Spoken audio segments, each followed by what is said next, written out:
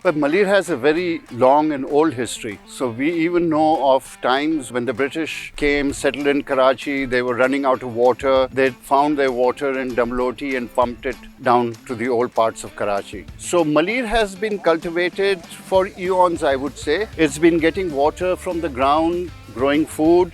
And probably Karachi got all its food from Malir because there was no other place. So Malir has a very old history and there was nothing else but agriculture at that time.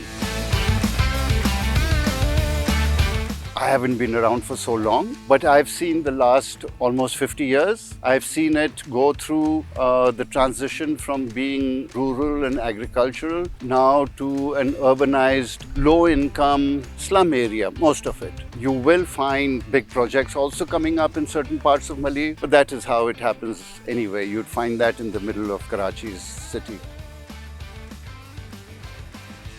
Now the food basket is not one basket. Now food comes, the number of people that we have, the kind of population we have in Karachi, the food comes from all over Pakistan and from outside Pakistan because you just need far too much quantity.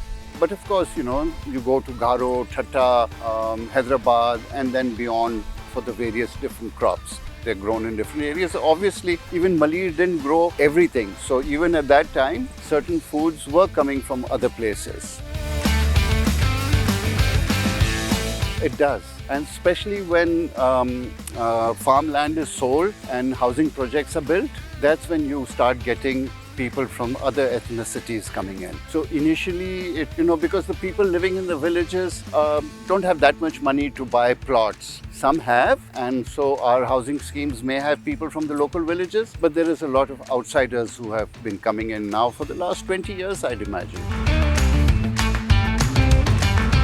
Yeah, so originally what was it? It was large tracts of land with small village settlements of people cultivating their few acres of land, and slowly it expanded to all their land. And then when the land was not enough because the family was growing, so over 100 years or 200 years, the family grew into a village. Two brothers and their families grew into a medium-sized village over 150 years. So they had to start going out for livelihood. Also, education came in, so then they started going out and getting better jobs. I've seen this area completely change, not only, like for example, people used to be on cycles. Cars were unusual here even in the mid-70s. Today, this road has got non-stop traffic on it. So a lot of these changes come with, this is what humans are all about.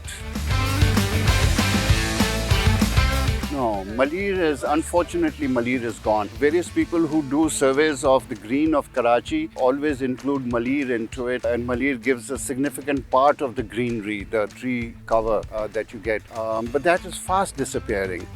We were surrounded by farms which had a lot of trees. The first casualty is the trees. You can't survey your land, you can't put a straight line if you've got trees. Cut the trees and then we will do the plotting of that piece of land. That is how it works. So trees are the first thing we lose. And Malir, the food basket, the green, the oxygen, all that we got from Malir has been lost. And this is a huge price that a city like Karachi is paying for its development. It's not only that, but to build Karachi, to build the homes, you needed construction material. You had cement, you needed something to mix with the cement, which was coarse sand. And which was the closest source? It was the Malir River. And therefore, we excavated the entire bed of the Malir River many times over till we've reached rock bottom. All that went for building Karachi. What did we lose? We lost a complete river, a complete ecosystem, because when the water, this Malir River is rain-fed, it's a stormwater drain. It's a very huge drain, and the water comes from Keether, and very large quantities of water used to come. So when the water flows over the river, a lot of the water percolates through that coarse sand and charges the aquifers, and that's where we get our well water. That is what made Malir so green. it was the subsoil water. But once the bajri was removed, the rainwater would come and out to sea. So there was no more water going into the ground. And that's how we started losing our water in our wells. Of course, we were pumping much more. So we were like mining water. And then of course afterwards, late 70s, early 80s, mid 80s, climate change started affecting us and we went into many years of droughts. So there was no water even passing by the river. So these two things are a huge loss to Karachi. The habitat is lost. I don't know if parrots have a flock, but they would fly off the tree, there'd be 100, 200 parrots in that. I know that we've got a pair or maybe 2 pairs of parrots in this garden now. But that is also the loss of habitat, the loss of food. You know, Malir was famous for its amrood. That is what parrots ate, badam, chilies. So when you lose the food, and that's why you'll see over there I've written, because it starts with the trees. You lose the trees and everything goes. The birds go, the insects go, the reptiles go, everything goes.